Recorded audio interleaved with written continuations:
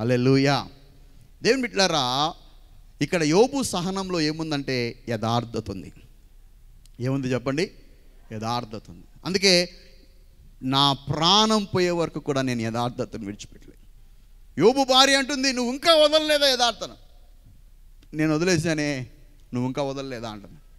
అయితే అక్కడ యోబు ఒక మాట అంటున్నాడు, మూర్ఖురాలు మాట్లాడినట్టు నువ్వు మాట్లాడుచున్నావే. హల్లెలూయా. మూర్ఖురాలు ఎందుకు మాట్లాడుచున్నావు? ఆమె డైరెక్ట్గా మూర్ఖురాలా కూడా అనట్లే. ఏమనట్లే? ఏం మూర్ఖురాలా, ఏం మాట్లాడుతున్నావు అనలే. నువ్వు మంచిదానివే, కానీ నువ్వు మూర్ఖురాలు మాట్లాడినట్టు నువ్వు మాట్లాడుచున్నావు. హల్లెలూయా. ఈరోజు చాలామంది జీవితాలలో యథార్థతను కోల్పోతున్నారు. యథార్థత అంటే ఏంటి తెలుసా? సహనంలో ఒక వ్యక్తి సహిస్తున్నాడు అంటే గన యోబు సహనంలో కనబడేటువంటి ఒక ధన్యత ఏంటంటే ఆయన యథార్థతను ఎప్పటికే కానీ విడిచిపెట్టలేదు. ఇంకా చెప్పాలంటే ఆయన ఏమంటున్నాడంటే, నా యథార్థత దేవుడు తెలుసుకొనున్నట్లు అంటున్నాడు. చూడండి, యోబు 31వ అధ్యాయము, యోబు 31వ అధ్యాయం 6వ వచనం చదవండి, 6, 7 వచనాలు చదవండి. యోబు 31వ అధ్యాయము 6, 7, 8 వచనాలను చదవండి. నేను యథార్థవంతుడనై ఉన్నానని దేవుడు తెలుసుకొనున్నట్లు న్యాయమైన త్రాసులో ఆయన నన్ను తూచునుగాక. నేను త్రోవ విడిచి నడిచిన ఎడల నా మనస్సు నా కన్నులను అనుసరించి నడిచిన ఎడల మాలిన్యమేమైనను నా చేతులకు తగిలిన ఎడల నేను విత్తిన దానిని వేరొకడు భుజించునుగాక, నేను నాటిన దానిని పెరికివేయబడును గాక. నేను హృదయమున పరస్త్రీని మోహించిన ఎడల నా పొరుగువాని ద్వారమున నేను పొంచియున్న ఎడల నా భార్య వేరొకని తిరుగలి విసురుగాక, ఇతరులు ఆమెను కూడుదురుగాక. అంటే దాని అర్థం ఏంటి తెలుసా? ఒక షూరిటీ ఇస్తున్నాడు. నేను నా పవిత్రతలో నేను ఎక్కడైనా తప్పిపోయినట్లయితే చూడండి. కొంతమంది శ్రమలు వచ్చాయని పరిశుద్ధతను పోగొట్టుకుంటారు. శ్రమల్లో బాధల్లో ఏం చేస్తారు తెలుసా? తమ పరిశుద్ధతను కాపాడుకోకుండా తమ అపవిత్రమైన మార్గంలోకి, ఇష్టమైన వ్యసనాల్లోకి తిరిగి వెళ్ళిపోతుంటారు, ఇష్టమైన అలవాట్లకి వెళ్ళిపోతుంటారు. ఎందుకు? ఈ బాధ తట్టుకోలేకపోతున్నాను, నేను ఎంతకాలం సహించాలా, ఎంత యథార్థంగా ఉన్నా కూడా నాకు ఈ శ్రమలు తప్పవని చాలామంది తమ పరిశుద్ధతను పోగొట్టుకుంటుంటారు. ఒక వ్యక్తి యథార్థంగా ఉన్నాడంటే ఏంటి తెలుసా? యథార్థంగా ఉన్నాడంటే ఆ వ్యక్తి పరిశుద్ధంగా ఉన్నాడు. ఏంటి చెప్పండి? పరిశుద్ధంగా ఉన్నాడు. యథార్థంగా ఉంటున్నావు అంటే నువ్వు ఏంటి తెలుసా? పరిశుద్ధమైన జీవితం జీవిస్తున్నావు. చూడండి, సామెతల గ్రంథం 16వ అధ్యాయం 17 వచనం ఒకసారి చదవండి. సామెతల గ్రంథము 16వ అధ్యాయము 17వ వచనంలో మనం ఒకసారి చూసినట్లయితే సామెతలు 16:17 చెడుతనమును విడిచి నడుచుటయే యథార్థవంతులకు రాజమార్గము. హల్లెలూయా. యథార్థవంతులకు రాజమార్గం ఏంటి చెప్పండి? చెడుతనమును అసహించుకున్నటయే, చెడుతనమును విడిచిపెట్టుటయే, పాపమును అసహించుకున్నటయే. ఈరోజు నువ్వు ఇంకా యథార్థతను వదలలేదా అంటే దాని అర్థం ఏంటి? నువ్వు ఇంకా పరిశుద్ధంగా ఉన్నావా? ఇన్ని శ్రమలు వచ్చినా నువ్వు పరిశుద్ధతను విడిచిపెట్టలేదే. పోదాం పదా, పోయి రిలాక్స్ అయ్యి అక్కడ ఆ సినిమాలు చూసుకుందాం, ఈ సినిమాలు చూసుకుందాం, లేకుంటే కొంచెం మైండ్ రిఫ్రెష్ అవుతుంది, మనం ఆ జల్సాలు చేద్దాం, ఈ జల్సాలు చేద్దామని స్నేహితులు వచ్చినా కూడా ఏం చేశాడు తెలుసా? తన యథార్థతను మాత్రం విడిచిపెట్టలేదు. ఒక వ్యక్తి సహనంలో యథార్థత ఉంది, యోబు సహనంలో యథార్థత ఉంది, అంటే పరిశుద్ధతను వీడలేదు. హల్లెలూయా. చూడండి, యోబు సహనంలో ఉన్న ధన్యతలు ఏంటి తెలుసా? మొట్టమొదటిగా యోబు నోరు పారేసుకోలేదు. రెండోదిగా యోబు స్వపరీక్షణను మానలేదు. మూడోదిగా యోబు యథార్థతను విడిచిపెట్టలేదు. ఏం విడిచిపెట్టలేదు? యథార్థతను విడిచిపెట్టలేదు. చూడండి, యోబు 27వ అధ్యాయం 6వ వచనం చదువుదాం. యోబు 27వ అధ్యాయము 6వ వచనాన్ని మనం చూసినట్లయితే గన నా నీతిని విడువక గట్టిగా పట్టుకొందును, నా ప్రవర్తన అంతటి విషయములో నా హృదయము నన్ను నిందింపదు. అంటే ఏంటి తెలుసా? నీతిని గట్టిగా పట్టుకున్నాను. హల్లెలూయా. నా నీతిని నేను గట్టిగా పట్టుకున్నాను. యోబు సహనంలో ఏముందంటే నీతి ఉంది. ఏముంది చెప్పండి? నీతి. దేని బిడ్డలారా, ఈరోజు దేవుడు ఒక నీతి, ఒక క్రమం ఉంది నాకు. అంటే ఆయనకంటూ కొన్ని ప్రిన్సిపల్స్ ఉన్నాయి. దానిని ఎటువంటి పరిస్థితుల్లో శ్రమలు వచ్చినాయని ఆ నీతిని విడిచిపెట్టలేదు. హల్లెలూయా. దేవుడు అందుకే అన్నాడు కదా, మొదట నా నీతిని, నా రాజ్యాన్ని వెతకండి, అప్పుడు ఇవన్నీ మీకు అనుగ్రహించు. అంటే ఏంటి? నా నీతి, నా రాజ్యం వెతకండి. ముందు లోకంలో ఉన్న వెతకకండి, పైన ఉన్న వాటిని వెతకండి. ఈరోజు నువ్వు కరెక్ట్గా దేవునికి ప్రతిరోజు ఉదయాన్నే లేచి ప్రార్థన చేస్తున్నావా? రోజు వాక్యం చదువుతున్నావా? ప్రతి ఆదివారం దేవుని మందిరానికి వస్తున్నారా? ఎక్కడున్నా సరే మీరు దేవుని కొరకు మీకున్న సాక్ష్యాన్ని కాపాడుకుంటున్నారా? ఆ నీతిని ఎప్పుడు విడిచిపెట్టద్దండి. శ్రమలు వచ్చినాయని చాలామంది ఏం చేస్తారు తెలుసా? పొద్దున్న ప్రార్థన చేసుకోవడం మానేస్తారు. నేను బాధలో ఉన్నాను కదని చెప్పేసి వాక్యం చదవడం మానేస్తారు. ఈరోజు నీతిమంతులంట వారి క్రమాన్ని ఎప్పుడుకు మానరు. చూడండి, యోబు 17వ అధ్యాయం 9వ వచనం చదవండి. యోబు 17వ అధ్యాయము 9వ వచనం ఒకసారి చూసినట్లయితే గన, అయితే నీతిమంతులు తమ మార్గమును విడువక ప్రవర్తించుదురు. ఏంటంట? తమ మార్గమును విడువక ప్రవర్తించురు. అది నీతి అంటే ఏంటి తెలుసా? విడువరు, తమ క్రమాన్ని విడువరు, తమ ప్రార్థన జీవితాన్ని మానరు, లేకుంటే వారి వాక్యజ్ఞానాన్ని మానరు, సహవాసాన్ని మానరు. ఒక్కసారి వారు దేవుని కార్యాలు ఏదైతే తలపెట్టారో దానిని మానరు. యోబు అదే అంటున్నాడు, నేను అన్నీ బాగున్నప్పుడు కాదు, నా పరిస్థితులు బాగలేకపోయినా సరే. ఇక్కడికి చాలామంది నేను చూస్తుంటాను, ఇక్కడికి రోజు వస్తున్నప్పుడు చాలామంది జీవితాలలో ఏంటంటే చాలామంది ఏం చేస్తున్నారంటే ఇక్కడ మందిరాల్లో వచ్చి కడగటం, మందిరాల్లో చాలామంది ఇక్కడ క్లీన్ చేయటం, ఇవన్నీ నాకు చాలా వరకు కనబడుతున్నాయి. అయితే చాలామంది చాలా క్రమం పాటిస్తున్నారు, చాలా మంచిది. శుక్రవారాల పూట, తర్వాత బుధవారాల పూట, తర్వాత మీరు శనివారాల పూట చాలామంది ఇక్కడ బాత్రూమ్స్ కడగడం కానీ, చర్చి అంతా నీట్ చేయడం కానీ నాకు బాగా కనబడుతుంది. అయితే మీరందరూ బాగానే చేస్తున్నారు. అయితే అన్ని పరిస్థితులన్నీ బాగున్నప్పుడు కాదు. కొంతమంది జీవితాలు ఎలా ఉంటారో తెలుసా? పరిస్థితులన్నీ చేజారిపోయినప్పుడు పరిచర్యను మానేస్తారు. శ్రమలు ఎక్కువైనప్పుడు ఏం చేస్తున్నారో తెలుసా? పరిచర్యను, ఏంటి పరిచర్య పో, నాకు ఏం అవసరం లేదు పో అని తలకిందులు అయిపోతున్నారు. అయితే ఇక్కడ యోబు ఏమంటున్నాడు తెలుసా? నేను ఎంత శ్రమల్లో ఉన్నా, నేను ఇప్పుడు ఎంత వేదనలో ఉన్నా, నా నీతిని మాత్రం నేను విడిచిపెట్టను. అంటే నా క్రమాన్ని, నేను ఏదైతే నేర్చుకున్నానో ఆ క్రమాన్ని ఎంత శ్రమ వచ్చినా దానిని నేను విడిచిపెట్టను. దేవునికి స్తోత్రం. హల్లెలూయా, హల్లెలూయా. మరి ఇక ఉదయకాల సమయంలో దేవుని బిడ్డలారా, యోబు సహనంలో నీతి ఉంది, యోబు సహనంలో యథార్థత ఉంది, యోబు సహనంలో స్వపరీక్ష ఉంది. మరి ఈరోజు మన సహనంలో అసలు మనకు సహనం ఉందా? సహిస్తే ఇన్ని కనబడతాయి. హల్లెలూయా. అందుకే యాకోబు అంటున్నాడు కదా, యోబు సహనం గురించి మీరు వింటిరి కదా. యోబు సహనంలో ఏమున్నాయి చెప్పండి? ఫస్ట్, యోబు నోరు పారేసుకోలేదు. ఏంటి చెప్పండి? నోరు పారేసుకోలేదు. రెండవదిగా, యోబు స్వపరీక్షణను మానలేదు. యోబు స్వపరీక్షణను మానలేదు. మూడవదిగా, యోబు యథార్థతను విడిచిపెట్టలేదు. ఏంటి చెప్పండి? యథార్థతను విడిచిపెట్టలేదు. నాలుగవదిగా, యోబు తన నీతిని విడిచిపెట్టలేదు. ఒక క్రమం పట్టించాడంటే దాన్ని విడిచిపెట్టలేదు. హల్లెలూయా. ఒకరోజు ఒక స్త్రీ ఏం చేసింది తెలుసా? ఒక పాస్టర్ గారి దగ్గరికి వచ్చి తన విషయాన్ని చెప్పుకుంటుంది. ఏం చెప్పుకుంటుందంటే, ఒక వారం వాళ్ళ ఇంట్లో, అంటే ఒక వారంలో జరిగిన సంఘటనలు ఏంటి తెలుసా? ఆ వారంలో సోమవారం రోజున, ఇప్పుడు సోమవారం అనుకోండి, సోమవారం రోజున వాళ్ళ పెద్ద కుమారుడు, ఇంటర్వ్యూకి పోవాల్సిన పెద్ద కుమారుడు చనిపోయాడు. తర్వాత బుధవారం రోజున రెండో కుమారుడు కూడా చనిపోయినాడు. ఏంటి? బుధవారం రోజున ఏం చచ్చిపోయినాడు? ఎవరు? చిన్న కుమారుడు. శుక్రవారం రోజున వాళ్ళ భర్త యాక్సిడెంట్లో చచ్చిపోయాడు. ఒక వారంలో జరిగింది, ఒక్క వారంలోనే. ఫస్ట్ సోమవారం ఏమో వాళ్ళ పెద్ద కుమారుడు చచ్చిపోయినాడు, బుధవారం ఏమో చిన్న కుమారుడు చనిపోయినాడు. మూడోదిగా శుక్రవారం ఏమో వాళ్ళ భర్త చచ్చిపోయాడు.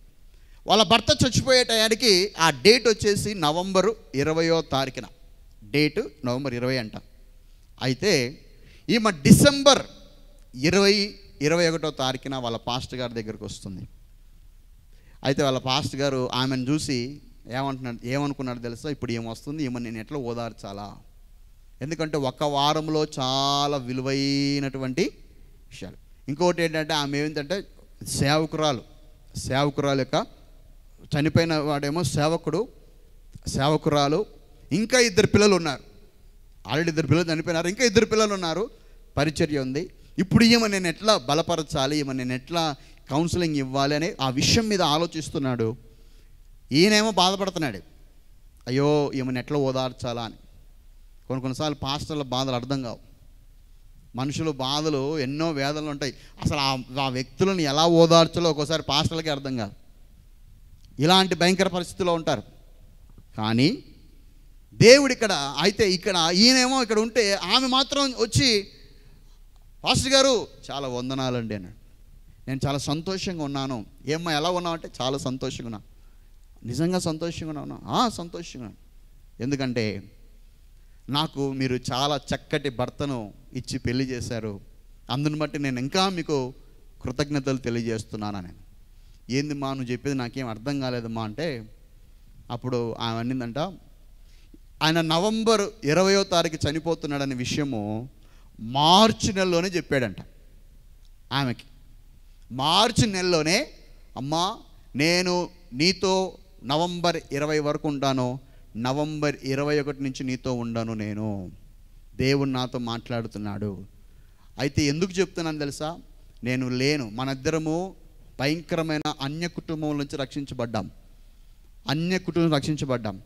రేపొద్దున నేను లేకపోయేసరికి అన్యులందరూ వస్తారు, మన బంధువులు వస్తారు, చాలామంది మనల్ని మరలా నిందిస్తారు, నిన్ను చాలా అవమానపరుస్తారు. ఏమి నువ్వు ఎట్టి పరిస్థితుల్లో మనము చేపట్టినటువంటి ఈ పరిచర్యను, దేవుడు మనకు అప్పగించిన బాధ్యతను, ఈ క్రమాన్ని ఎట్టి పరిస్థితులను వదులుకోకూడదు. హల్లెలూయా, హల్లెలూయా. అప్పుడు ఆమె తీర్మానం తీసుకుందంట, అయ్యా ఆ రోజు నా భర్తకి నేను చెప్పిన మాట ఏంటంటే, నా ప్రాణం పోయినా నేను యేసయ్యని విడిచిపెట్టడం మాత్రం మానను. ఆయనను ప్రేమిస్తుంటాను, ఆయనను సేవిస్తాను. మీరేం భయపడద్దండి. దేవుడు మనల్ని నడిపించిన ఆ పిలుపుకి తగినట్టుగా మీరు లేకపోయినా కూడా నేను కొనసాగిస్తానని ఆ రోజు ఆ మాట ఆ పాస్టర్ గారికి చెప్పేసరికి, అప్పుడు ఆయన అంటున్నాడంట, నువ్వు వస్తుంటే నిన్ను ఎట్లా ఆదరించాలా, నిన్ను ఎలా బలపరచాలనుకున్నాను, కానీ నీ రాక నన్ను బలపరిచిందమ్మా అన్నాడంట ఆయన. హల్లెలూయా. నువ్వు వచ్చిపోవటం ద్వారా ఈరోజు నాకు ఒక శక్తినిచ్చింది, నాకు ఒక తెలియని బలాన్ని ఇచ్చింది. హల్లెలూయా. అంటే దాని అర్థం ఏంటి? ఇంకా 2 పిల్లలు ఉన్నారు, పరిచర్య ఎంతో ఉంది, అన్య కుటుంబాలు, భర్త లేడు. అంటే దాని అర్థం ఏంటి తెలుసా? నా నీతిని నేను విడిచిపెట్టను. ఏంటి చెప్పండి? నా నీతిని నేను విడిచిపెట్టను. ఈరోజు చాలామంది జీవితంలో ఏంటి దేవుని బిడ్డలారా, ఈరోజు చాలామంది నీతిని విడువక, యోబు సహనంలో నీతి విడిచిపెట్టలేదు. కొంచెం శ్రమలు వచ్చేసరికి ప్రార్థన మానేస్తున్నారు. కొంచెం శ్రమలు వచ్చేసరికి చాలామంది ఏం చేస్తున్నారు తెలుసా? చాలా ఇబ్బందులు పాలవుతున్నారు. అయితే దేవుని బిడ్డలారా, ఈరోజు దేవుడు మాట్లాడుతున్న మాట ఏంటంటే, దేవుడు ఎటువంటి పరిస్థితుల్లో నీతిని విడువక ముందుకు సాగిపోవాలి. హల్లెలూయా, హల్లెలూయా. అదే దేవుడు ఆశించేటువంటి ఒక గొప్ప సహనం. అందుకే యోబు సహనం గురించి మీరు వింటారు కదా, దేవునికి స్తోత్రం. హల్లెలూయా. యోబు సహనంలో మనం నేర్చుకునే విషయం ఏంటి తెలుసా? యోబు ఏంటంటే కన్నా దేవుని బిడ్డలారా, మరి ఆయన సహనంలో యథార్థతను విడిచిపెట్టలేదు, నీతిని అస్సలు విడిచిపెట్టలేదు. దేవునికి స్తోత్రం. హల్లెలూయా, హల్లెలూయా. ఈరోజు మనం ఎలా సహిస్తున్నాం? దేవునికి స్తోత్రం. హల్లెలూయా, హల్లెలూయా. ఈరోజు మన ఆత్మీయ జీవితంలో దేవుని బిడ్డలారా, మన విషయంలో కూడా దేవుడు మనతో మాట్లాడుతున్నాడు. చూడండి, మరొక విషయాన్ని మనం చూసుకుందాం. దేవుని బిడ్డలారా, యోబు గ్రంథంలో నుంచి 23వ అధ్యాయము 11వ వచనాన్ని మనం ఒకసారి చదువుదాం. నా పాదములు ఆయన అడుగు జాడలు విడువక నడిచితినవి, నేను ఇటు అటు తొలగక ఆయన మార్గమును అనుసరించి తిని. ఆయన మార్గమును అనుసరించి తిని.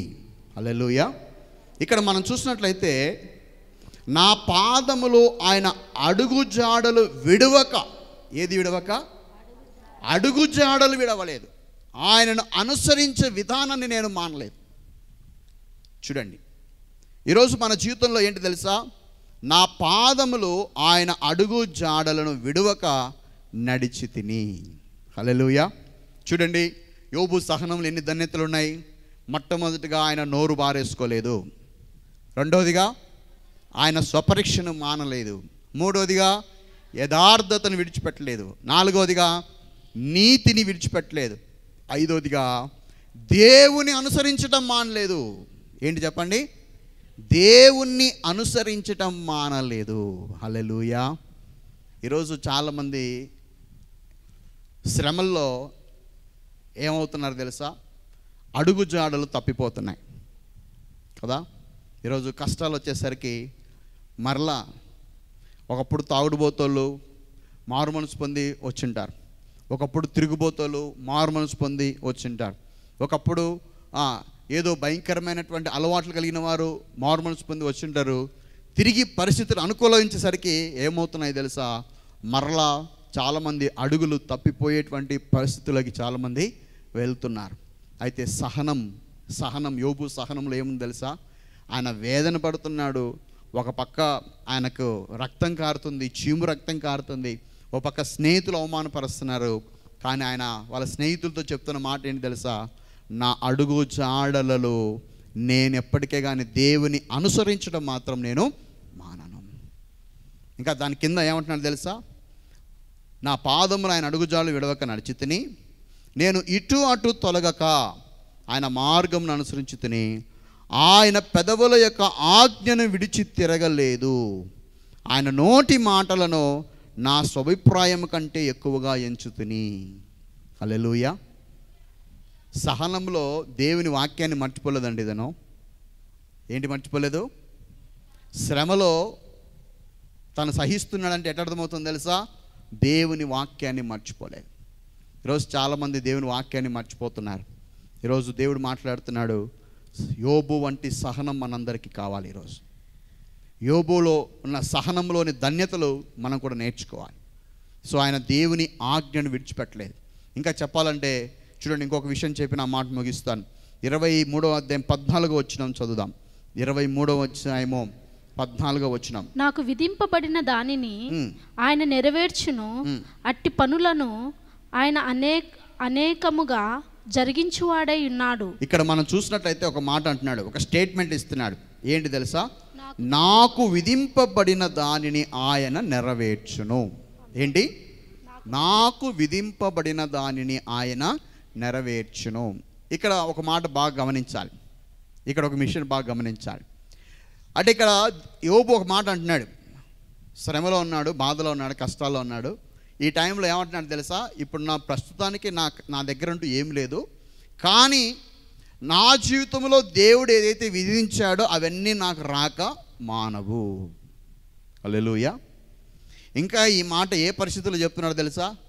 ఒకసారి అది 23వ అధ్యాయం 8వ వచనాన్ని చదువుదాం.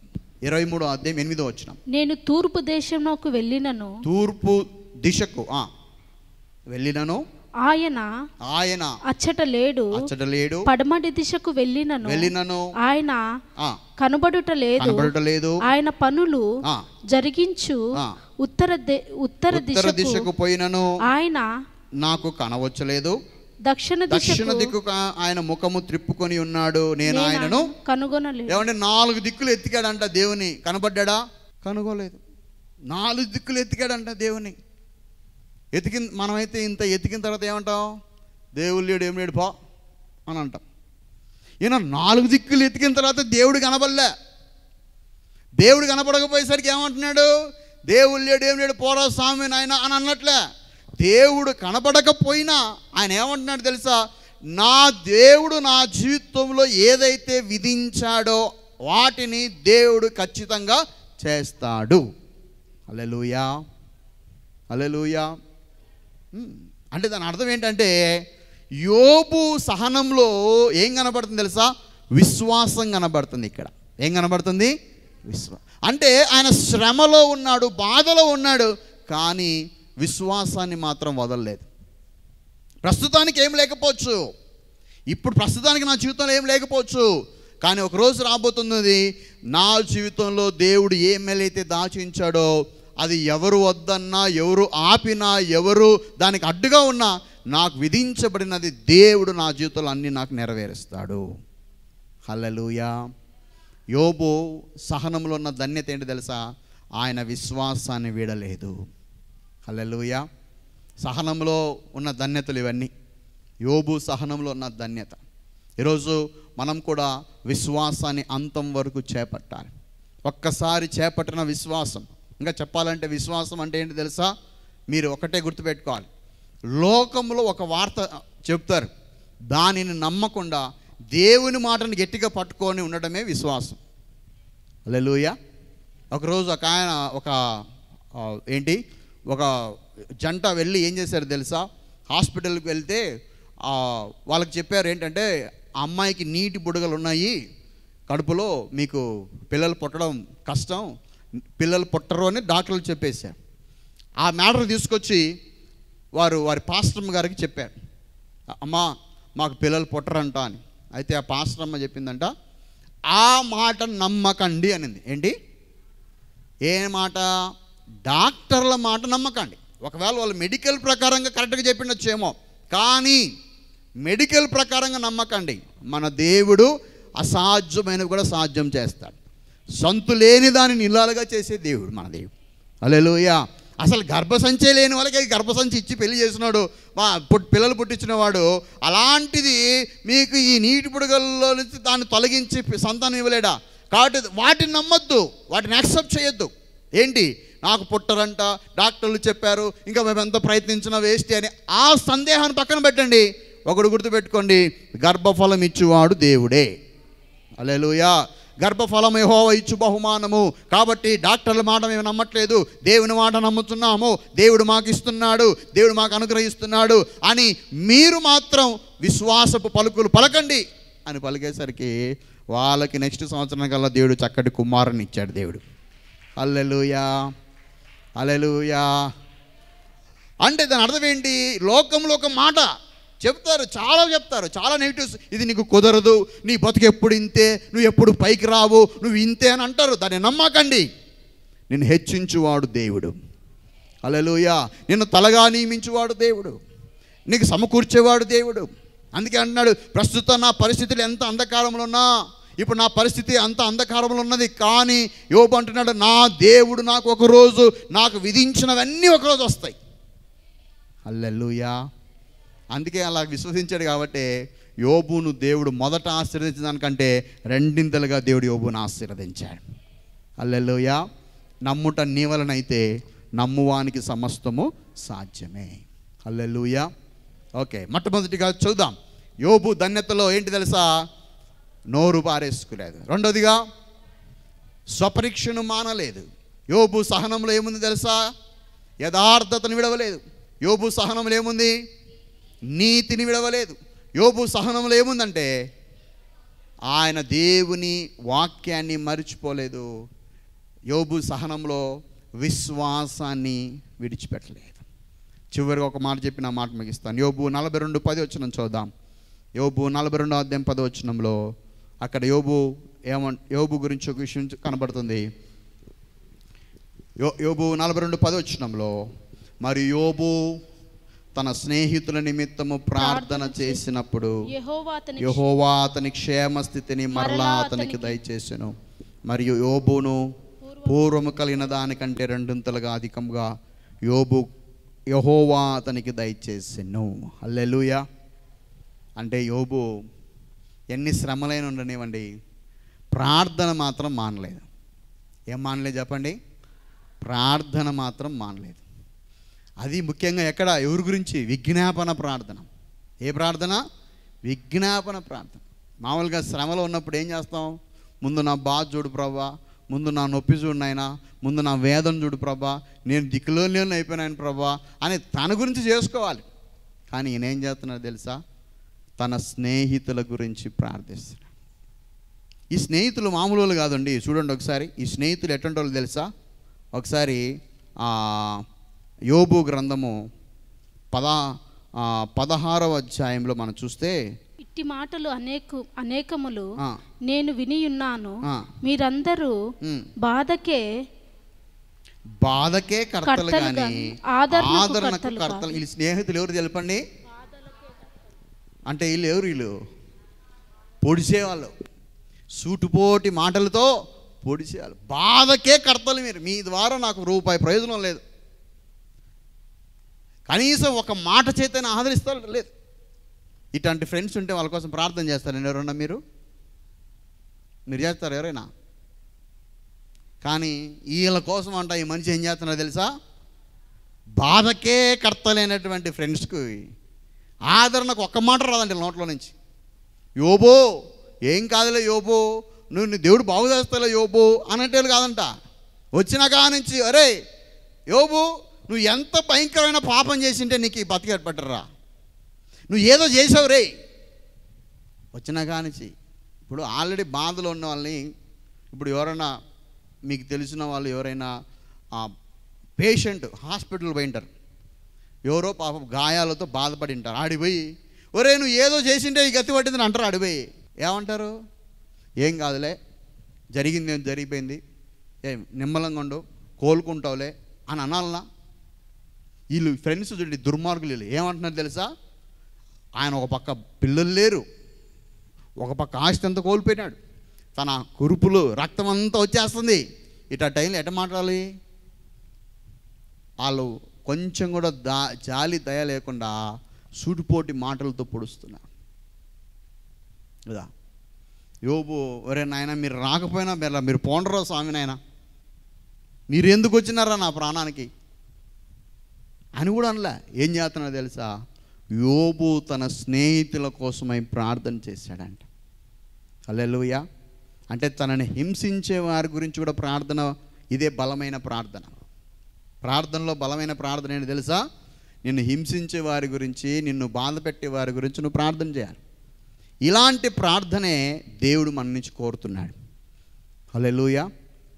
నీ జీవితంలో శ్రమలు ఉన్నాయని చెప్పేసి ప్రార్థన మానొద్దు. యోబు ఎంత సహనం కలిగి ఉన్నాడో తెలుసా? ఆయన సహనంలో ప్రార్థనను విడిచిపెట్టలేదు. హల్లెలూయా. 7 విషయాలు చెప్పాను, 7 విషయాలు. యోబు సహనంలోని 7 ధన్యతలు. హల్లెలూయా. ఏంటి ఆ 7 ధన్యతలు? చూడండి. మొట్టమొదటిగా ఆయన నోరు పారేసుకోలేదు, అనగా నోరు ఆయన ఎప్పటికే కానీ జారలేదు. రెండవదిగా స్వపరీక్షణను మానలేదు, నేర్చుకునే స్వభావం కలిగి ఉన్నాడు.